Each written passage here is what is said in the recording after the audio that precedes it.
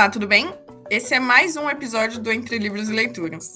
O meu nome é Stephanie Roque, eu sou editora aqui na Companhia das Letras e hoje a gente vai conversar sobre a Paulina Chiziane e mais especificamente sobre Balada de Amor ao Vento, que será livro obrigatório da FUVEST a partir de 2026, e Niquete, uma história de poligamia, que é livro obrigatório do vestibular da Universidade Federal do Rio Grande do Sul. Para essa conversa, a gente convidou o professor Dr. Ubiratã Souza, que é professor de Literaturas Africanas de Língua Portuguesa na Universidade de São Paulo, onde ele também defendeu sua tese de doutorado intitulada A Gravitação das Formas, Gêneros Literários e a Vida Social em Moçambique, entre 1977 e 1987. É autor do livro Entre Armas e Palavras, Literatura e Guerra Civil em Moçambique, que saiu pela editora da UFABC. Ubiratã, muito obrigada por participar do nosso podcast. Oi, Stephanie, muito obrigado pelo convite. Atualmente, você desenvolve uma pesquisa de crítica literária e suas interfaces com a história social e sociologia histórica, investigando os estudos africanos, certo? Eu queria que a gente falasse um pouco sobre isso hoje, ao mesmo tempo que a gente vai falar da Paulina. Então, para começar o nosso papo, eu gostaria de pedir um panorama breve sobre Moçambique mesmo. A gente sabe que nesse momento, a gente está gravando esse podcast no final de 2024, tem muita coisa acontecendo politicamente lá em Moçambique, assim como sempre teve, mas especialmente nesse período que a gente está vivendo, tem muita coisa acontecendo, mas também a gente Moçambique vem de uma história muito específica e que isso reflete diretamente na sua literatura. Então, antes da gente entrar exatamente para falar das obras da Paulina, eu queria te perguntar um pouco sobre isso, se você pode fazer um panorama breve sobre essa situação política de Moçambique, tanto no período da Paulina, né, quando ela começou a escrever nos anos 90, pós-independência, quanto hoje, nesse período de final de 2024. Pois é, Stephanie, o Brasil, muito vagarosamente, tem começado a se despertar para a África, para conhecer a África, né? E muito do que se conhece a respeito de África aqui no Brasil está majoritariamente centrado na Nigéria e na costa do que hoje é Angola, né?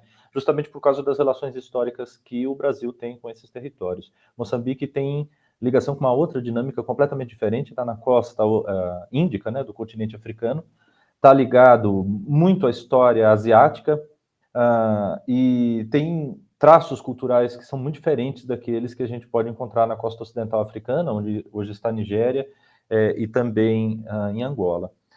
Moçambique tem relação histórica com o Brasil na medida em que toma parte do tráfico humano no fim dos ciclos do trabalho escravo, né, quando a Inglaterra começa a pressionar muito o tráfico atlântico, o foco da colonização portuguesa se desvia lá para a costa índica do continente, porque ali era uma região mais difícil da Grã-Bretanha controlar, e aí traz um contingente humano aqui para o Brasil, escravizado, mas não é um contingente tão expressivo como aquele que veio de Angola, ou do que hoje é a Nigéria, o Benin, o Togo, enfim, ali a costa ocidental, a antiga chamada antiga Costa da Guiné, né? Moçambique, portanto, entra dentro do foco português aí neste período e depois na partilha da África no fim do 19. Aí Moçambique passa por 3 grandes processos históricos que a gente não pode esquecer. O primeiro deles é a colonização, e eu estou falando uma colonização já muito diferente dessa que houve aqui no Brasil, é a colonização efetiva no contexto da partilha da África entre as potências europeias no fim do 19.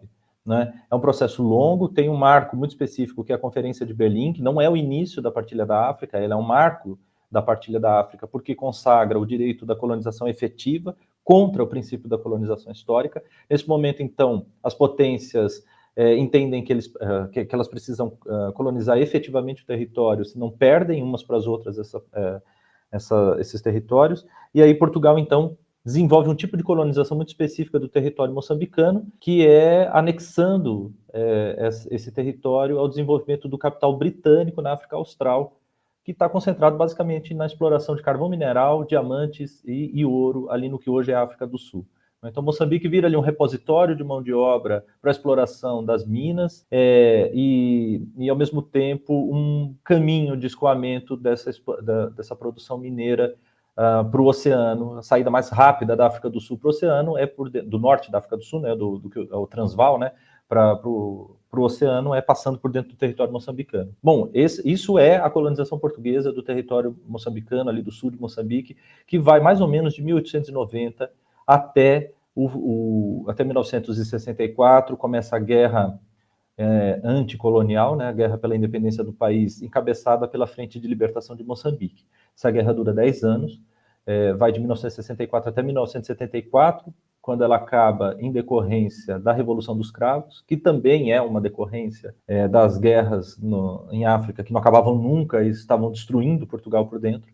Então, de 75 para frente, Moçambique fica independente. Aí a gente costuma falar, até um pouco essa expressão que você usou, né, o pós-independência, né? Pós-independência é tudo, né? A história de Moçambique toda, né, de 75 para frente, tem muitas temporalidades dentro desse pós-independência, né?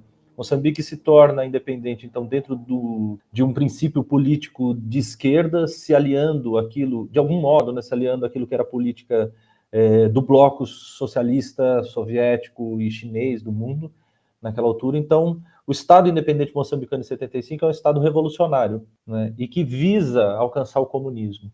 Né? E essa revolução ela vai até 1987. Muito difícil a gente saber quando é que acaba a revolução em Moçambique. Mas em 1987 tem início o programa de reabilitação econômica, que era um programa massivo de liberalização da economia. Né? Então tudo aquilo que era política econômica, política econômica e cultural e social do Estado revolucionário vem abaixo de 1987 para frente. 76 até 1992 Moçambique passa por uma violenta guerra civil.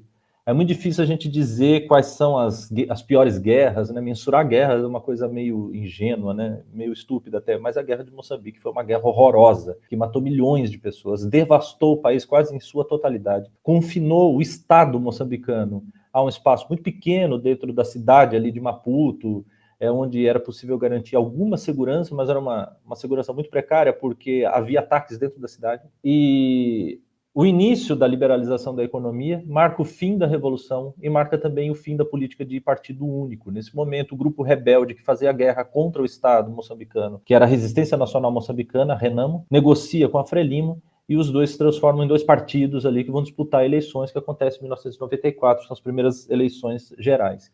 Então, de 87/92/94 para frente, Moçambique entra num terceiro ciclo histórico, que é o ciclo da economia liberal, de uma certa democracia multipartidária, e em que a Frelimo controla a vida política como um todo do país. Até este momento nós estamos vivendo. Neste momento a gente está vendo um grande colapso político do poder da Frelimo dentro do país. Nós não sabemos até que ponto esse colapso tem um alcance grande o suficiente para poder tirar a Frelimo do poder, já que a Frelimo controla muito da vida institucional, cultural do país, assim, de uma forma que é muito difícil até para um brasileiro entender, não é? Então, fazendo um resumo muito breve, eu acho que Moçambique tem esses três grandes períodos que nos interessam particularmente aqui, né?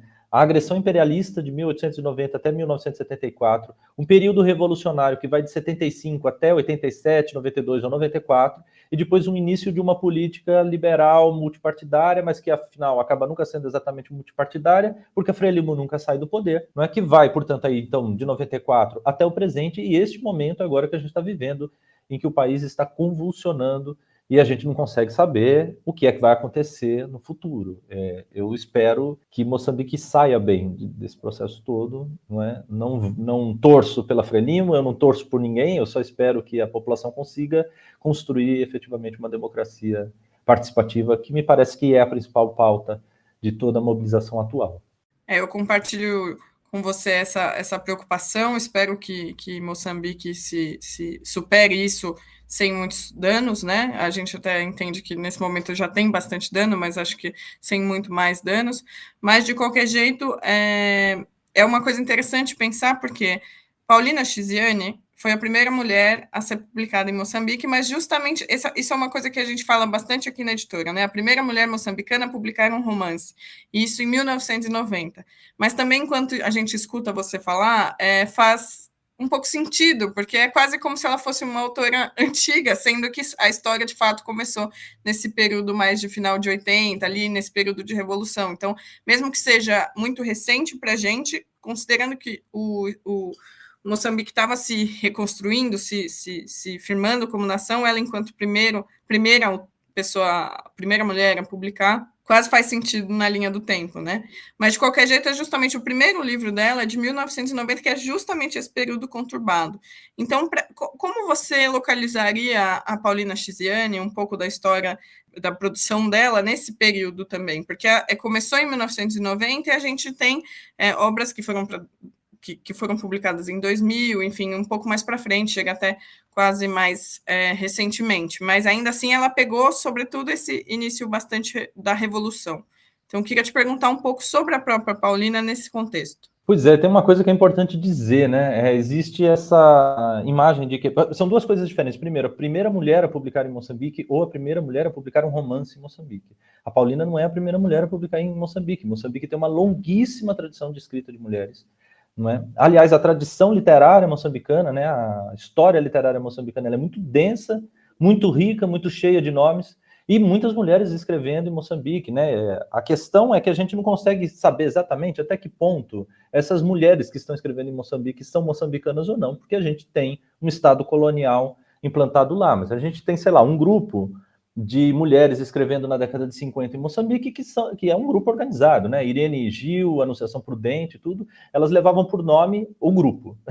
E era um grupo de mulheres. A ideia delas era fazer uma militância literária de mulheres, muito longe do que hoje a gente pode entender como feminismo ou qualquer coisa assim, mas o fato é que elas existiam, estavam lá escrevendo.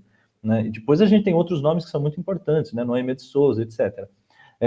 Na década de 80, a gente tem muitas mulheres escrevendo em Moçambique também, e aí a gente pode falar delas como moçambicanas, porque o Estado já está independente, quem era português foi para Portugal, quem se viu como moçambicano, independente de ser preto, branco, indiano, ficou em Moçambique, e essas pessoas então estavam escrevendo. Né? Uma das vozes mais profícuas nesse período é uma poeta que leva por nome Clotilde Silva. A Noêmia de Souza já era uma voz consagrada naquele período. Existe uma outra prosadora que começa a publicar também no fim dos anos 80, que foi tema do meu mestrado, que é a Lilia Montplé, que tem origem no norte, e tem uma figura muito importante, que é uma militante da Frelimo, chamada Lina Magaia, que escreve prosa em Moçambique também na década de 80.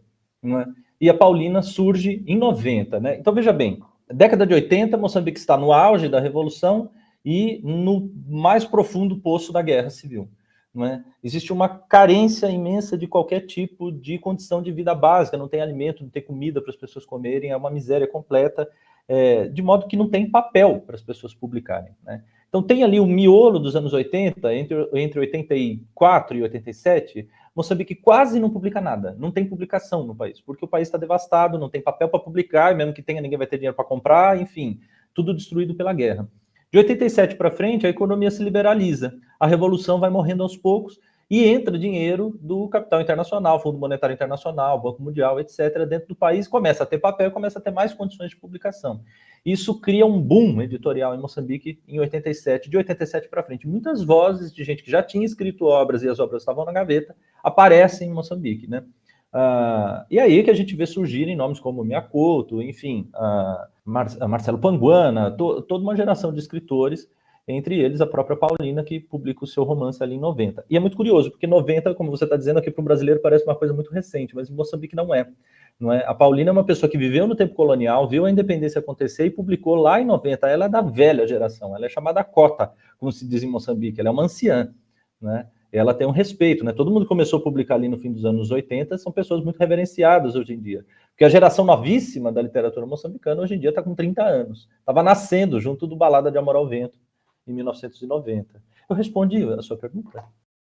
Respondeu muito bem, aliás. Acho que isso vai ser muito interessante dos estudantes que estão ouvindo a gente, pensando nos vestibulares, de considerar, porque justamente esse detalhe cronológico é quase como se nós do Brasil e Moçambique estivéssemos em tempos diferentes, né?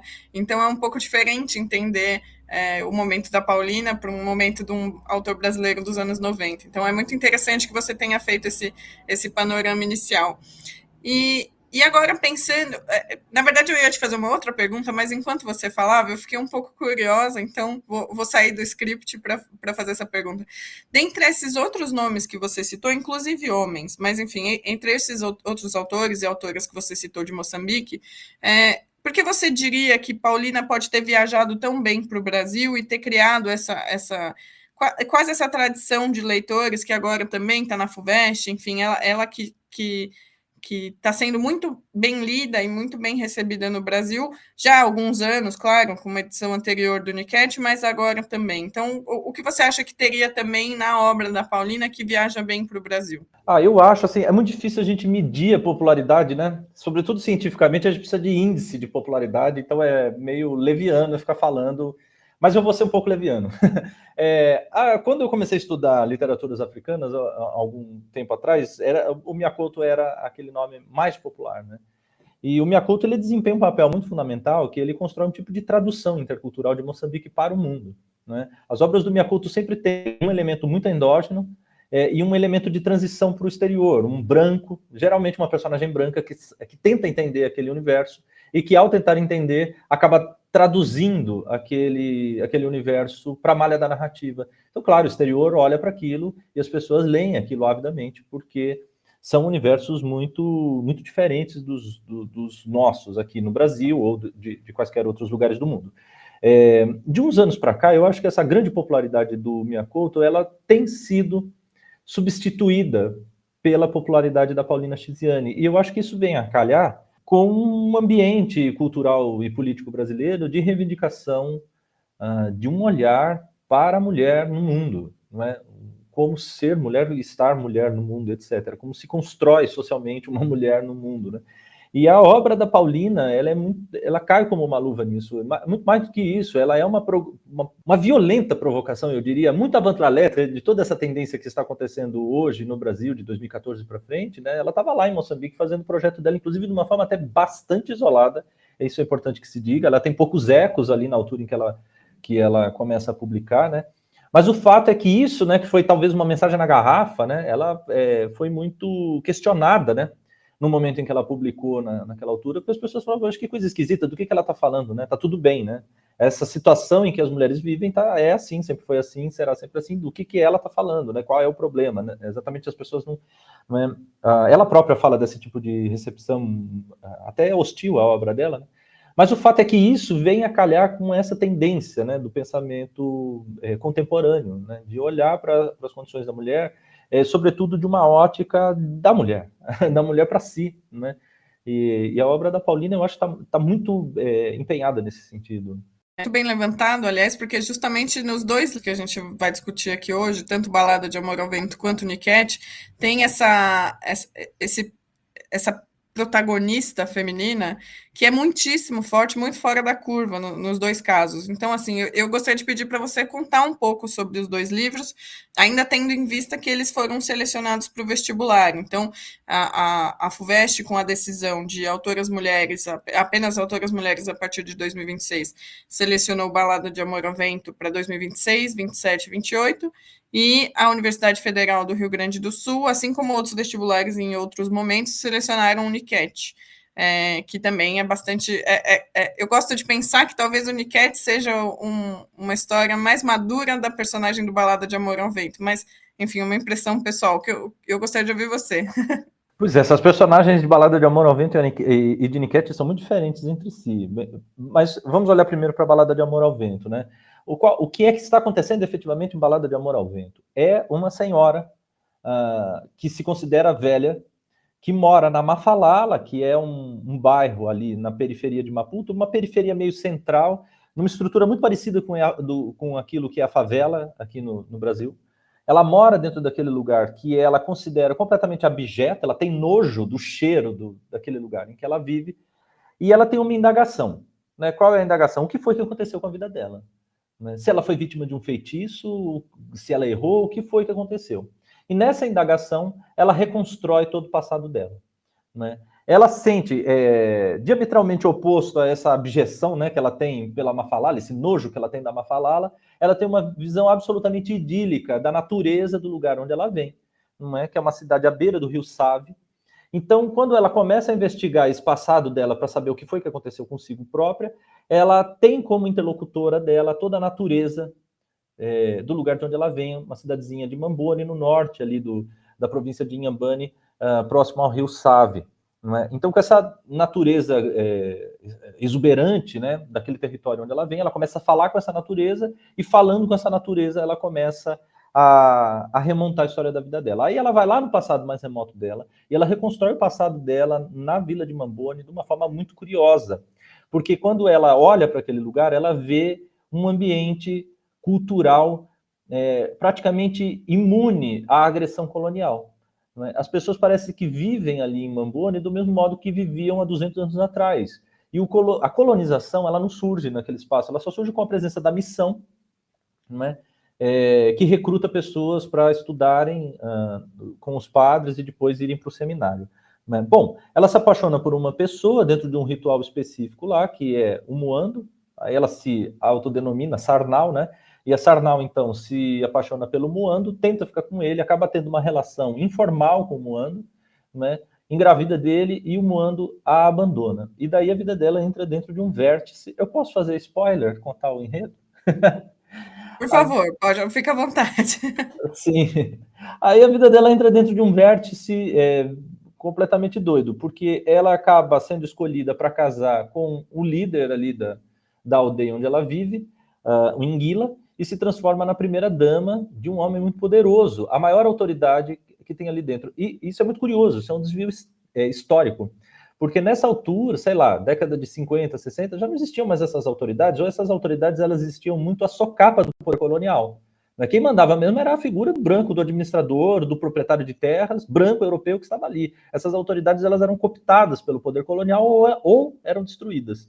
Mas na memória da Sarnau, não. Na memória da Sarnau, o Inguila é sim a maior autoridade ali, não tem nem administrador perto. O administrador aparece assim de uma forma muito tangencial quando ela diz que o Inguila constrói para ela uma casa de alvenaria igual a dos brancos, mas a gente não sabe onde estão esses brancos e por que eles estão ali, o que eles estão fazendo lá. O fato é que todo mundo vive tal qual as regras das culturas endógenas ali do sul de Moçambique, né? Aquilo que ela própria chama de cultura Tsonga, na verdade, que a gente tem que discernir, né? São culturas Xangana, Ronga, Matsua e Chope, a cultura Ijitonga, né? A cultura de onde ela vem, né? Chope. Pronto, e aí ela se transforma então a primeira dama, a primeira rainha, ali em Kossikazi, a palavra em Xangana, né? E ele acaba se tornando polígamo porque é uma forma de distinção do poder do soberano adquirir novas esposas por meio do processo do lobolo e compor ali um grupo de esposas que vão cuidar dele da política interna ali do período. Só que dentro da poligamia ela vive muito infeliz e deseja um amor que ela nunca consegue viver, que ela já não tinha conseguido viver com o Muando, não conseguia viver agora com Inguila, até que o Muando reaparece com a vida completamente destruída. Eles acabam subvertendo todas as regras para ficarem juntos, só que fogem juntos e o Muando não consegue viver com a culpa de ter tirado ela de uma posição de destaque e acaba abandonando a Sarnau pela segunda vez, é deportado para Angola e depois eles se reencontram na velhice, quando a Sarnau já foi forçada a imigrar para Mafalala, na periferia de Lourenço Marques, a grande cidade, a capital de Moçambique, e ali ela se prostitui de todas as formas possíveis, vai vender produtos na feira e tentar sustentar os filhos que lhe restam.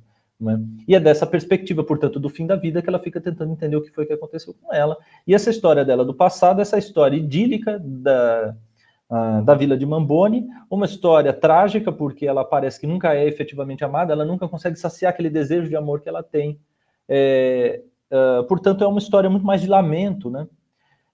Do que de felicidade, etc. E esse tom muito triste, muito pungente, né, do sofrimento dela e dessa carência toda da Sarnau é contrastado com essa beleza, né, grandiosa que ela vê na natureza, no vento com quem ela conversa o tempo inteiro e a quem ela, afinal, dedica uma balada, como o Muando, seu primeiro amor, teria dedicado baladas de amor a ela quando ela era jovem.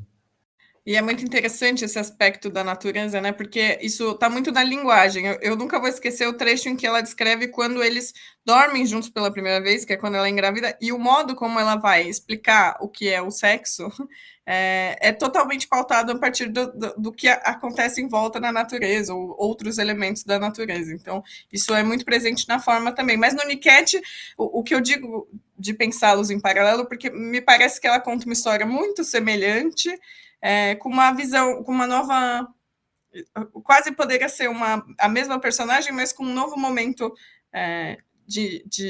uma nova visão. Assim, não sei explicar, mas parece uma Sarnal repaginada. Como é, Niket? Pois é, Niket, diferentemente de Balada de Amor ao Vento, aquela narradora, né, a Sarnal lá do Balada de Amor ao Vento, ela sabe tudo o que acontece na história dela, ela está tentando nos convencer de algo, e é por isso que ela constrói esses desvios históricos, vai construindo essa beleza grandiosa, etc. Ela está tentando nos convencer. É uma contadora de história muito eficaz, essa narradora Sarnal. Já Niket é uma narradora que não tem a menor ideia do que está acontecendo consigo própria, e o processo de descoberta do que está acontecendo consigo é o romance. Não é? Então, a Rami, não é, que é casada com o Tony, vive uma vida muito infeliz porque ela tem, na verdade, um marido que se faz presente pela ausência. Ele nunca está em casa, ele não cuida dos filhos, ele não cumpre com as suas obrigações como marido junto dela, e é uma pessoa relativamente poderosa, é um chefe de polícia, que não é uma profissão aleatória, ela tem um significado muito importante ali no contexto. A gente tem que pensar que a gente vem de um Estado profundamente autoritário, porque era autoritário no tempo colonial e passa a ser mais autoritário ainda depois da independência, dentro daquele contexto da Revolução. Então, uma autoridade é sempre alguém que tem um poder extra-humano dentro daquela sociedade. Uma coisa muito curiosa, essa figura do chefe em Moçambique, né? Você quer agradar alguém, é tratá-la por chefe, né? E todo mundo quer ser chefe lá. É uma questão cultural muito curiosa. Então, o Tony é um chefe, né? E aí ela vai descobrir que, na verdade, o Tony tem várias relações extraconjugais, né? E ele pratica uma espécie de poligamia informal. Isso é muito importante, porque a poligamia que o Inguila, a personagem do Balada de Amor ao Vento, praticava lá no tempo, naquele tempo idealmente pré-colonial, quase um tempo onírico que nunca existiu historicamente de fato, é só uma criação da memória da Sarnal tentando encontrar uma solução para a tragédia da vida dela. Naquele tempo tinha um tipo de poligamia, mas era uma poligamia que obedecia a regras muito específicas e que não era enfim, uma coisa feita num completo à vontade do homem que escolhe quantas parceiras quer, do modo que quer, o dia que quer, e se não quiser também abandona. Pelo contrário, ele tinha obrigações com a família da noiva, tinha obrigações inclusive com a própria esposa, com quem ele já estava casado, que tinha o poder de decidir a respeito de com quem ele ia casar ou não. Só que o Tony não faz nada disso, não é? Ele é uma pessoa sem compromisso nenhum, com nenhum tipo de regramento social a respeito das suas relações conjugais. Então ele sai tendo amantes, e ele tem amantes sucessivas. A primeira parte do romance, Niket, ela é toda dedicada a esse movimento da Rami, da personagem de Niket, de encontrar cada uma das esposas, das outras amantes, enfim, ela usa o termo concubina, né, do Tony, e estabelece uma relação muito empática com essas mulheres todas, de modo que elas criam uma frente, né?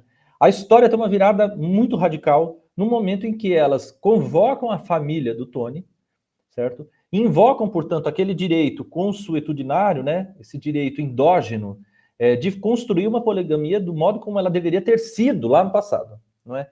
E aí elas forçam o Tony a assumir essa poligamia de acordo com os preceitos da cultura local, ou seja, lobolar cada uma das esposas e ter uma função, uma obrigação em relação a cada uma delas. Bem, é chegado uma hora que nada disso dá certo, né? Essa poligamia vai entrando em completo colapso. Tem alguns episódios meio desconjuntados, assim, parece que não tem exatamente um ápice, um desfecho, mas tem vários ápices e vários desfechos no fim do romance, né? O fato é que essa poligamia, não vou remontar cada um deles, porque são pelo menos 3, enfim, com muitos complicadores, né? Mas o fato é que chega no final, essa poligamia entra em colapso, não é? E o Tony é uma pessoa que consegue apenas colher de tudo isso, de todas essas relações que ele acaba cultivando, um grande abandono. E sobra para si próprio a única que estava disposta a ficar ainda do lado dele, que era a Rami, e que tinha passado todo o tempo ali, praticamente à disposição dele, e aceitando todos os regramentos. Niket é um romance que pega muito mais pesado nessa questão da mulher, sobretudo porque ele já não se passa mais num tempo idílico, quase pré-colonial, como Balada de Amor ao Vento, ele se passa no presente. Né? Então, essas 3 temporalidades da história moçambicana, elas estão muito evidentes ali dentro. Primeiro, um Estado colonial, depois um Estado revolucionário, depois um Estado neoliberal absolutamente selvagem e, ao mesmo tempo, muito autoritário. E o tempo inteiro, aqueles preceitos de como uma mulher tem que se portar e como ela é vista na sociedade, eles são repetidos quase como um mantra dentro do romance. A mulher tem que ser subserviente, a mulher não tem direito à voz, a mulher tem que acatar o marido, servi-lo de joelhos. E é isso que é dito muitas vezes, sem conta, dentro do romance. né? E resta, ao final, a mulher, este ser subserviente, que nunca tem voz e que deve acatar de uma forma muito passiva tudo aquilo que o marido diz, essa mulher como único elemento de salvação, de redenção para essa personagem dilacerada, certo? E, ao mesmo tempo, um elemento de muito perigo para a história para a trajetória deste homem dominador, né? Porque é dali que vem toda a desgraça dele, na verdade, né? Elas, de algum modo, acabam arquitetando o fim dessa hegemonia patriarcal do macho dominador ali, que é o Tony. Excelente mesmo, Niquete. Então, aqui, mesmo que você não vá prestar FUVEST, você que está ouvindo a gente, que não vá prestar a Universidade Federal do Rio Grande do Sul, vale a leitura do Niquete também, tanto como uma nova etapa, né, de se ler Balada de Amor ao Vento, quanto pela grande qualidade e pela história mesmo. Então, fica a recomendação. E pensando agora nas escolas e no vestibular, eu queria te perguntar quais são os pontos importantes que você diria que os educadores podem trabalhar a respeito desses dois livros, tendo até o vestibular em mente, seja numa mediação de leitura, seja na sala de aula de fato, tendo o vestibular como objetivo, o que você acha que são os pontos que são importantes de se considerar e de se estudar para fazer a prova? Eu acho que tem uma questão que é muito importante, assim, a gente lê a África, né? A gente lê romances, portanto, que vêm do continente africano. Tem semelhanças com o Brasil, claro, né? Se você lê um romance sul-coreano, você vai ver semelhanças com o Brasil, enfim. Mas eu acho que é mais importante, quando a gente lê essas obras, tentar aprender pela diferença. E isso significa que existe uma tendência, na forma como esses romances são lidos, de generalização, que é muito ruim, né? A Paulina está colocando essas personagens dentro de contextos históricos e culturais muito específicos, e a gente precisa conhecê-los para entender essas obras. Lógico, você pode ler a obra sem conhecer esses contextos, vai conseguir entender de uma forma. Mas se você conhecer esses contextos, você vai entender de outras e você vai ter possibilidade de aprender muito mais, né? Esses contextos culturais específicos são de mulheres situadas ali no sul de Moçambique, do centro-sul de Moçambique. Ela está falando como uma moçambicana para moçambicanos que conhecem aquelas culturas às quais ela se refere. Nós precisamos aprender com essas culturas, né? A gente não pode falar de machismo africano, isso é generalizador, isso não significa nada. A gente não pode falar de situação da mulher africana, porque isso também não significa nada. A gente precisa entender quais são as dinâmicas sociais as quais aquelas mulheres, naquele contexto específico, estão. A gente não pode construir generalizações a respeito de um continente imenso. Não existe cultura africana, não existe literatura africana no singular. Existem infinitas culturas africanas e muitas literaturas africanas em línguas locais, em línguas endógenas e também nas línguas de origem europeia, mas que são línguas africanas. O português falado em Moçambique, este português no qual a Paulina Chiziane escreve a sua obra, é um português moçambicano, ele não tem nada a ver com português lusitano, ou tem relações muito pontuais com o português lusitano, né? É uma variante moçambicana do português, né? Ela deixa isso muito claro como um projeto estético dela, ela não quer escrever no português lusitano, ela quer escrever no português de Moçambique, dentro de uma língua que tem que ser entendida por moçambicanos. Então é para esse contexto que a gente tem que olhar e fugir o máximo possível das generalizações. Parece muito com o Brasil? Parece, mas também não parece. E eu acho que é aí que a gente constrói conhecimento, é justamente pela dissociação, pela divergência, pelo contraste e pela diferenciação, né? Então eu acho que quando a gente olha para esses romances, vamos tentar lê-los nas suas integridades, justamente naquilo que não comunica para nós, né? Naquilo que é diferente, que a gente não consegue entender, que a gente não consegue alcançar. E esse é o desafio que o romance nos lança, né? É trazer algo novo para que a gente possa aprender. Excelente, excelente, excelente colocação. E aí, justamente, acho que pegando um gancho nisso, quais seriam esses temas? O que você acha que pode ser levado em conta como tópicos divergentes da nossa história que chamam a atenção numa possível para trabalho em escola, para o vestibular, enfim, quais seriam alguns? Não, né, não sabemos que é muita coisa, mas você destacaria alguns pontos além desse que você citou, né, sobre o que a gente pode entender como machismo ou qualquer coisa do tipo, e além disso, que recursos estilísticos ou expressivos que podem ter da experiência da leitura em cada obra? Então, também esses detalhes, além dos temas, né? Quais são esses recursos estilísticos que também se sobressaem, que podem ser usados durante o estudo ou durante a leitura? Pois, eu vou dar um exemplo do Balada e depois um exemplo de Niket, né? O Balada de Amor ao Vento mostra a história de uma personagem que está dentro de um universo absolutamente idílico e ela vai se afastando daquele ambiente do campo, da cultura endógena, e vai se aproximando da cultura da cidade, né? Dentro daquele contexto colonial. Conforme ela vai se afastando desse universo endógeno e se aproximando dessa cultura, desse resíduo, né? Dessa periferia da cultura colonial, ela vai passando por sucessivas formas distintas de opressão da mulher. Né? Me parece que quando você termina de ler Balada de Amor ao Vento, você fala, caramba, mas não tem solução, né? Quer dizer, dentro da cultura endógena a mulher era oprimida, ela veio para uma cultura colonial, ela é mais oprimida ainda, e a perspectiva do pós-independência é pior ainda, né?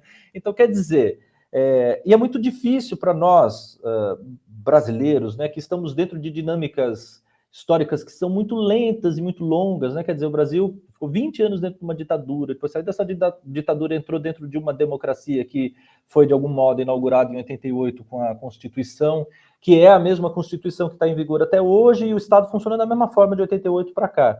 Mas Moçambique não, passou por uma sucessão de convulsões muito violentas, né? O que era Moçambique em 74, do dia para a noite se transforma numa coisa completamente diferente, né?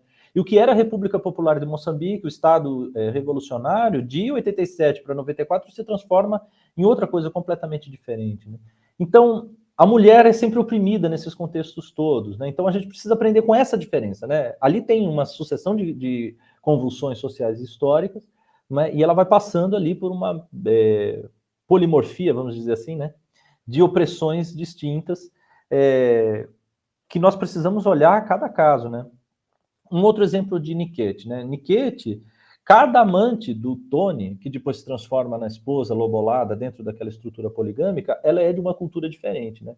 Tem 3 que vêm do norte, Luiz, Amauá e Sali. A Luiz é Sena, Amauá é Macua e Sali é Maconde. E 2 esposas que são do sul, que é a Rani, a Rosa Maria, a narradora, que é Ronga, e a Julieta, que não se fala exatamente, eu não sei se eu perdi esse dado no romance, mas eu tenho a impressão de que a etnia dela não é exatamente dita, mas tenho a impressão de que ela é xangana pelas características que estão ali. Então, 2 mulheres do sul, 3 do norte.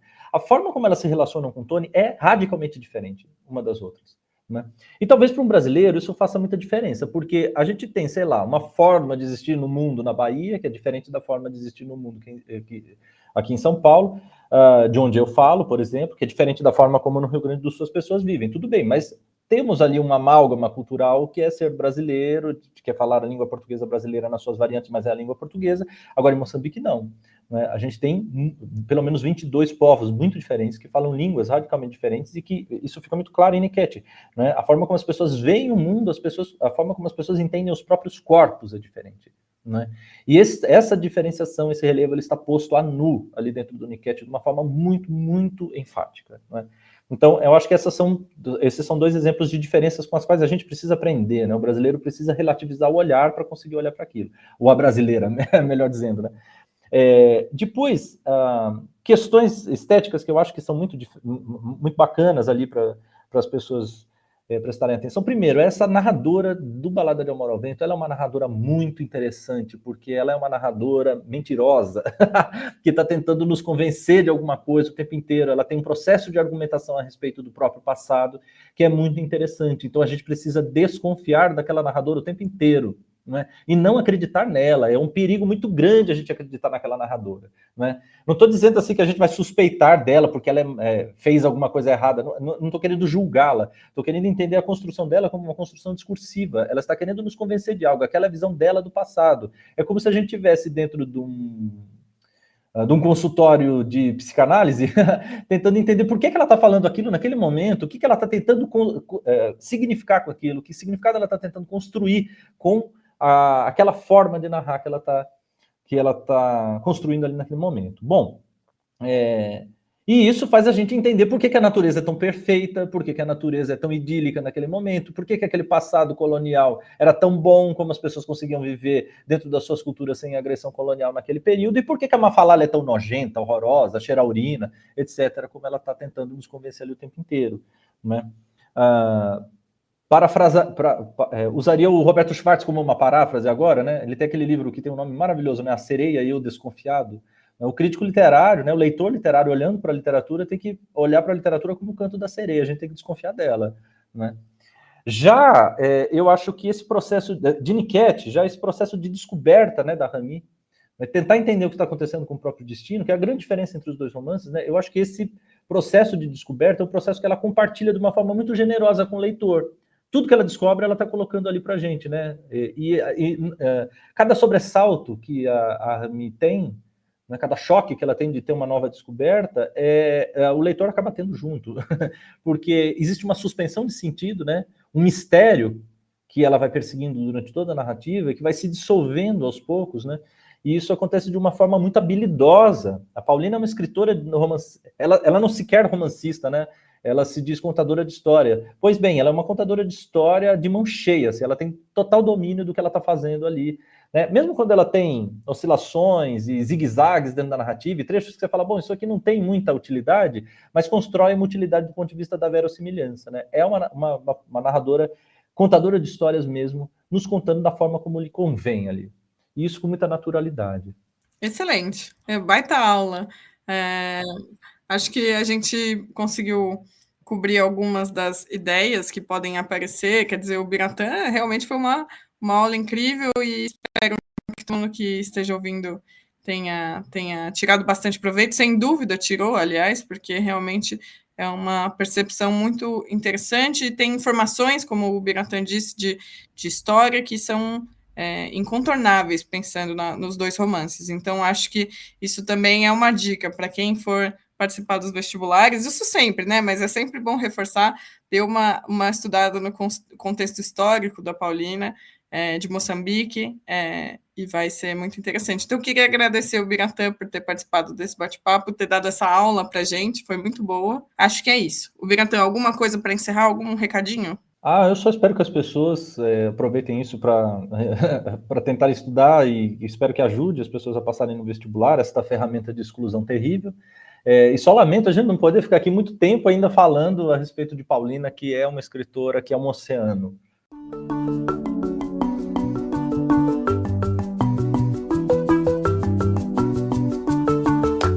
Então é isso. Muito obrigada, pessoal. Espero que tenham gostado. Obrigado, Biratã. E até o próximo episódio, porque vai ter mais episódios do Entre Livros e Leituras, então fiquem ligados, porque a gente vai tentar cobrir o vestibular de 2026 da FUVEST com outras autoras incríveis. Já tem online Júlia Lopes de Almeida e Nízia Floresta. Estudem bastante, boa sorte nas provas e obrigada por terem ouvido a gente. Até a próxima.